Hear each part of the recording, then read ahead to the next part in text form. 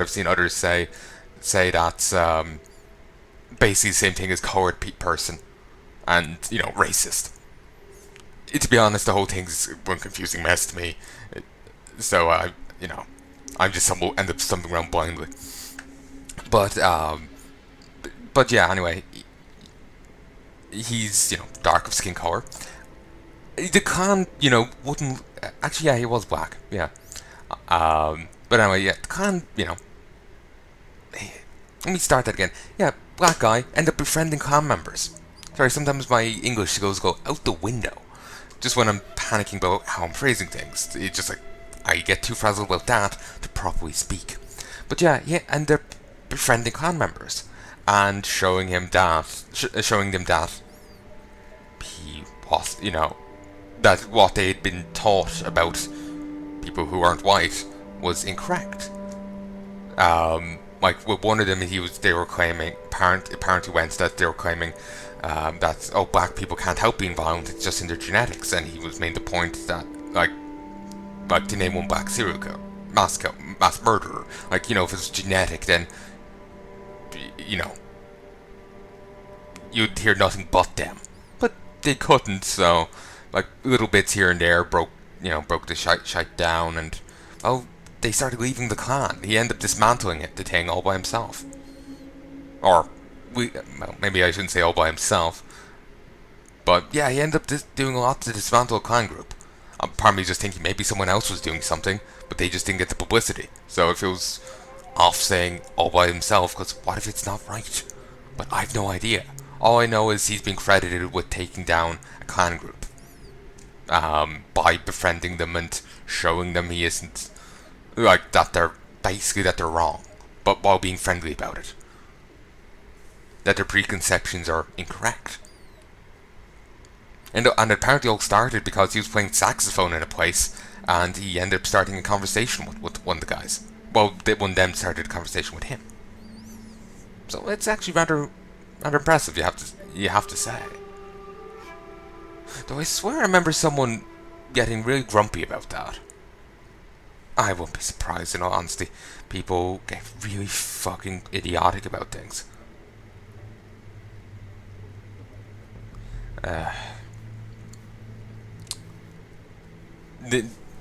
There's dealing with this kind of issue requires people with certain characteristics, and I've been noticing a lot of people dealing with these issues don't have those characteristics. Like, seriously. And I'm not saying that I'm so much better, I'm perfect, I'm not flawed. No, I'm too grumpy about this kind of thing. I'm not the right person to be dealing with it myself. I just nearly have the observational power to notice that.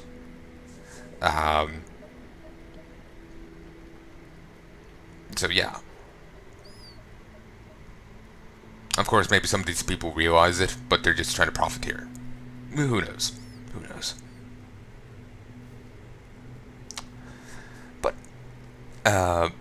Just to be clear, I'm not talking about that guy. I'm just simply saying, there's other people I think that were being grumpy at actual progress. Maybe not his case, but, cases of societal progress to not being shitty towards people for arbitrary reasons.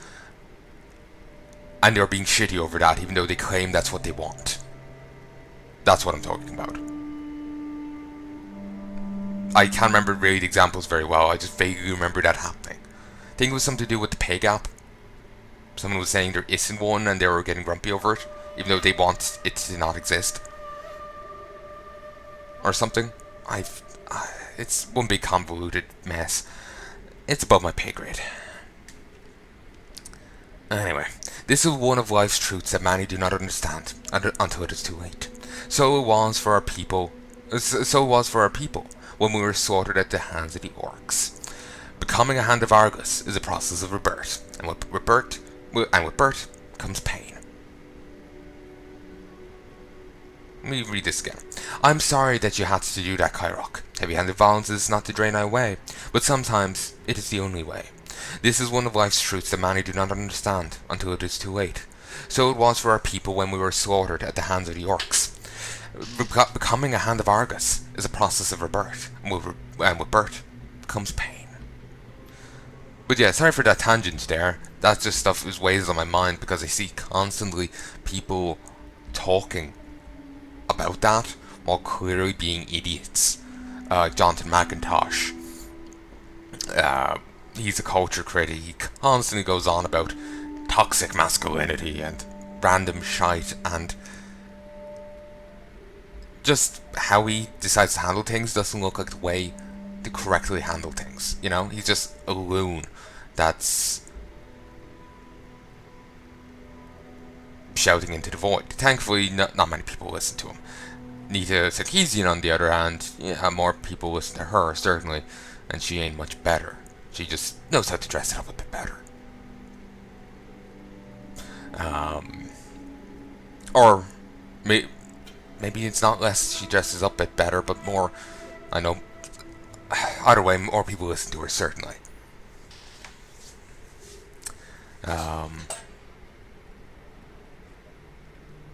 But yeah, basically I see a lot of idiots, or profiteers, depending on who you ask, talking about shite, and it bothers me.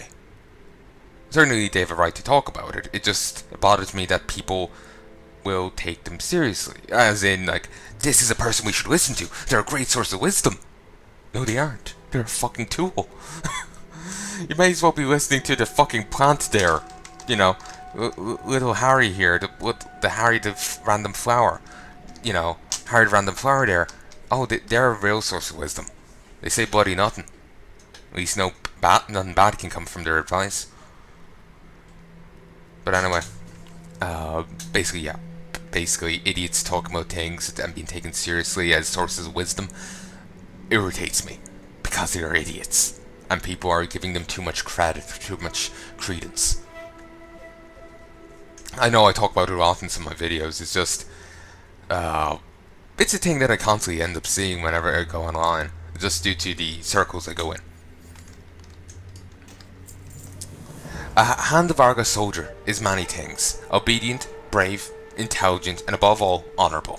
You may yet exhibit some of those traits, warrior.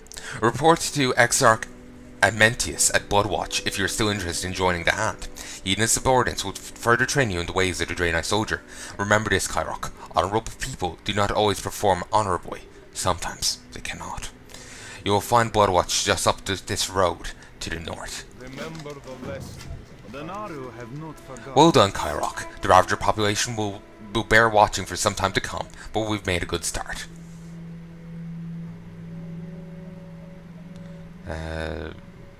Strength and stamina.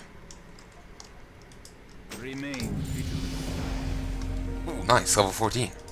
The Naru have not forgotten. The sand pears are getting harder to find, and of course that means fewer pie and fewer treats for the elk here. Were you able to gather all the fruit I'll need? Did you have a difficult time finding enough? It's been taking me longer with each trip. Soon I'll have to stop altogether since I won't be able to spare the time. Thank you for gathering the pears for me, Qyrok. It gives me a chance to make a last pie or two before the season's out. I kind to those less fortunate. Okay, I'll talk to little Azimi. All prices here are reasonable. Okay. Ooh, that cleared a fair bit of space. Put that on. Replace the... I'll really replace either. I'll go with Mercenary's Clout.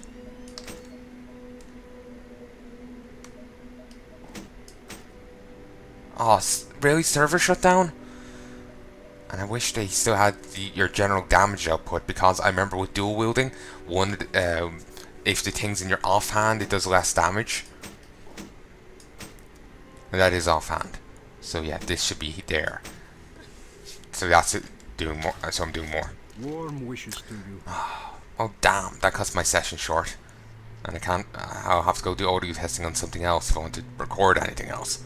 Also have to check how the audio is on this. The sand pears are getting harder to find, and oh yeah, I read that.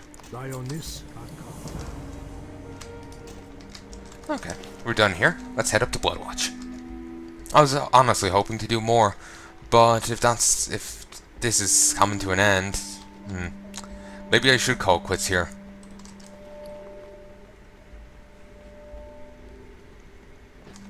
Love how the server's telling me it's shutting down twice. since it's resetting on a Thursday, I think that's a sign that maybe no, a new patch wouldn't come out on a Thursday. Wonder why it's shutting down. Over in Europe, the reset is Wednesday. It was actually quite nice. While America had, you know, it's Palnai, Vale Turn Blossoms. You know, this had 2 phases, and in the second phase, this place in the middle was destroyed. Well, it was destroyed over in America. In Europe, it wasn't. So it gave me an extra day to get to Exalted with the Pandaren faction there, so I could get the achievement. The feat of strength there.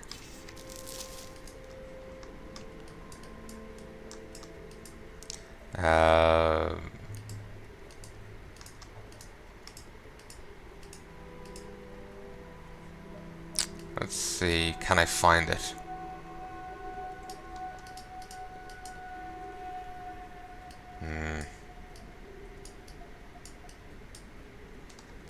No, seemingly not. Is it here? Maybe it's here. Oh, there's the Golden Lotus one, but that's not relevant.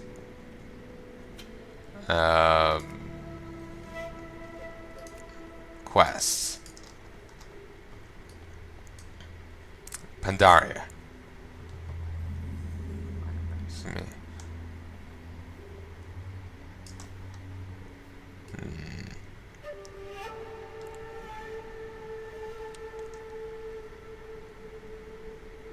Really? Pandaria was 2012? Christ. Search, Veil. Eternally in the Veil. It's a feat of strength, but it's annoyingly unviewable in the other listing. But anyway, I was able to pull that off on the last day because the reset 1 day later. So glad. I actually made a video of it. It's still up on my channel if you want to see it. Just the last quest on it, because it was going to be removed. I decided to record it. Blessings upon Everything that has happened since the crash is a little more than a blur. Seems like a lifetime ago that I was aboard the Exodar. Now my reality is restricted to this island, with its mutant creatures and endless sea of blood elf agents. Soon will be as if I have never known anything different. Catch and release. The black silt murlocs on the southwestern coast are curious creatures. In some ways they act barely sentient, yet in others they show a remarkable degree of organization. I have a few theories about that, but no real way to test them until recently. I've devised a method that will allow me to track the murlocs that I'm interested in without any lasting harm or interfering with their natural behavior. If you're willing to help with the marking, I'll gladly pay you for assistance. safe journey. So yeah, there's actually a glitch. If you go up to... I'm not sure which one it is. One of these guys, I think it's Boros. He will actually provide you paladin training. He is actually a paladin trainer. He's actually a yeah, he's a paladin trainer. And for some reason this guy isn't marked for PvP, while the other two are. Weird. But yeah, he's a paladin trainer, and it's glitched so that you can still access his training if you're a paladin, and you'll know how much abilities would have cost if you still had to pay to get them and whatnot. It's kind of weird how that's even still a thing, but there you go. Once again, you've proven yourself to be all that was prophesized. You have the eternal gratitude of the High Chief Qyrok, and those still pine relics to choose from, and these still pine relics to choose from. You can only choose the Thumper. It's a one-handed weapon, annoyingly. So you. The Exodar's crash scattered pieces of fouled crystals all over Bloodmist, corrupting the water and the landscape. We've begun even finding pieces of the crystals inside the flesh of animals taken for meat. I've uncovered a way to purify the shard and turn them into functional crystals. So if you bring me enough shards, I'll trade one of my completed crystals for them.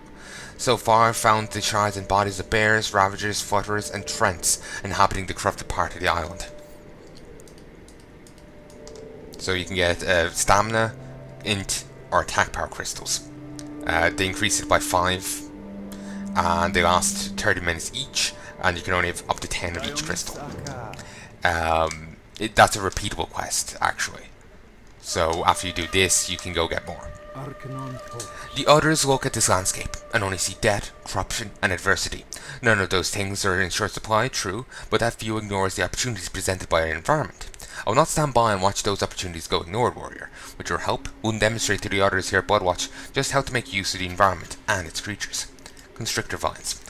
A good woodsman makes use of every available resource, warrior. Even the most bizarre creatures possess attributes we can use to our advantage.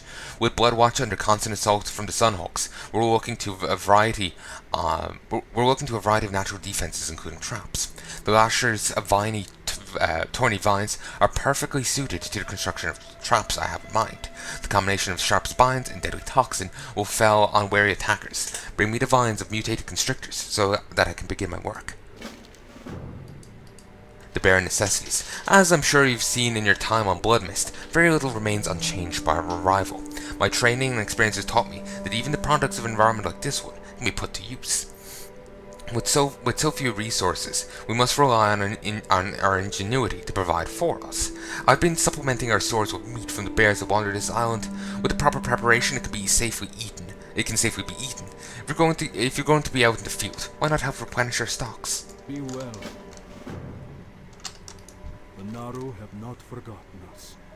Desera of Macari. I'm sorry, that's a reference. Anyway, Macari Mushroom Menagerie. Did you know mushroom hunting is far more dangerous than mushroom consumption? Mushroom hunters expose themselves to many unknowns, not including potential wildlife dangers. What would life be without a little danger? I'm in need of mushrooms for my collection. Scattered throughout these unexplored wilds, you'll find 4 different types: an aquatic stinkhorn, a blood mushroom, a ruinous polyspore, and a fell-cone fungus. They are each unique to various regions in Bloodmist. Bring them to me. Remember the lessons of the